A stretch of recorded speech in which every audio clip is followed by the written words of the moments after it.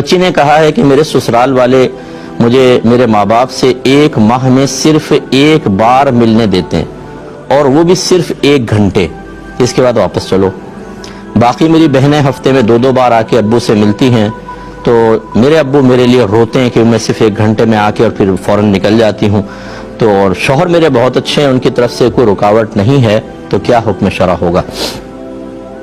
دیکھیں، مسئلہ یہ ہے کہ پہلے تو میں جتنے بھی ساس صاحبہ ہیں، نندے ہیں، ان سے مؤدبانہ گزارش کرتا ہوں، خدا را کسی کو اس کی اپنی زندگی جینے دیں۔ کوئی اگر غلط کام کر رہا ہے، خلاف شرع کر رہا ہے، تو آپ بالکل انٹرفیئر کریں۔ کسی کی زندگی میں اس طرح انوالومنٹ کرنا یہ شرعاً بالکل صحیح نہیں ہوتا۔ ہمارے مذہب اسلام میں جوائنٹ فیملی کا کوئی تصور نہیں، یاد رکھیں۔ جن کی شادی ہوتی تھی اپنا علیحدہ مکان لے کے وہ رہتے تھے، کیونکہ اتنے بڑے مکان ہی نہیں تھے کہ ان میں پوری ساس بہو نندے سارے کے ساری ایک ہی گھر کے اندر رہیں۔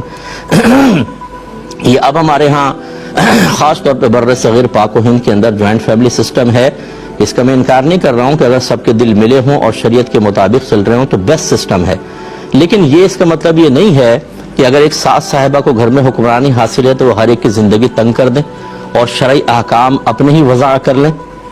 میں اب آپ کو مسئلہ سمجھا دیتا ہوں کہ شوہر پر یہ واجب ہے کہ ہفتے میں 1 بار بیوی کو ماں باپ سے ملنے دینے کی اجازت دے، اور وہ صبح سے شام تک وہاں رہ سکتی ہے۔ رات نہ چاہے چھوڑے، رات لے آئیں، ورنہ صبح سے شام تک وہاں پر وہ رہ سکتی ہے۔ ہفتے میں 1 بار واجب ہے، گویا کہ مہینے میں 4 بار، 4 دن پورا دن وہاں پہ رہ سکتی ہے۔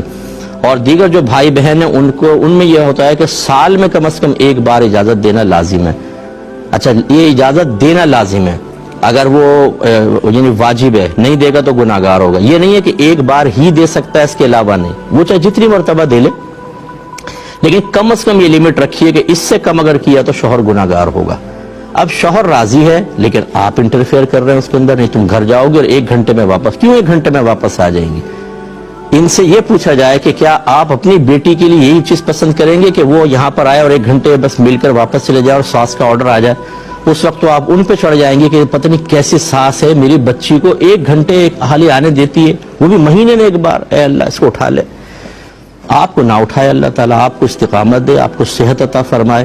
آپ کسی کی بچی کے ساتھ زیادتی کریں اور یہ قطع رحمی کے زمرے میں آئے گا کہ آپ رشتہ توڑنے کی کوشش ہے۔ یہ اگرچہ یہ پورا توڑنے کا مسئلہ نہیں ہے، لیکن بہرحال اس طرح کی پابندیاں خلاف شرع ہیں۔ تو اگر کوئی ایسے گھرانے ہمیں سن رہے ہیں تو ہم پہ ناراض ہونے کے بجائے، غصے کا اظہار کرنے کے بجائے اپنی غلطی تسلیم کریں، اس لیے کہ آپ کا غصہ مجھے کوئی نقصان نہیں پہنچائے گا، نہ اللہ کو نقصان پہنچائے گا، نہ رسول کو، نہ شریعت کو، آپ کی اپنی قبر میں اندھیرا لے کر آئے گا۔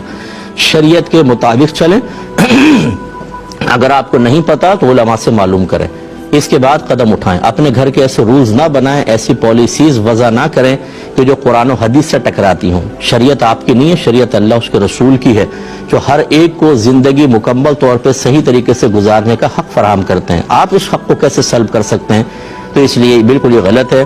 تفصیل میں نے بتا دی، اس کو ہو سکے تو ان کو سنا دیجئے۔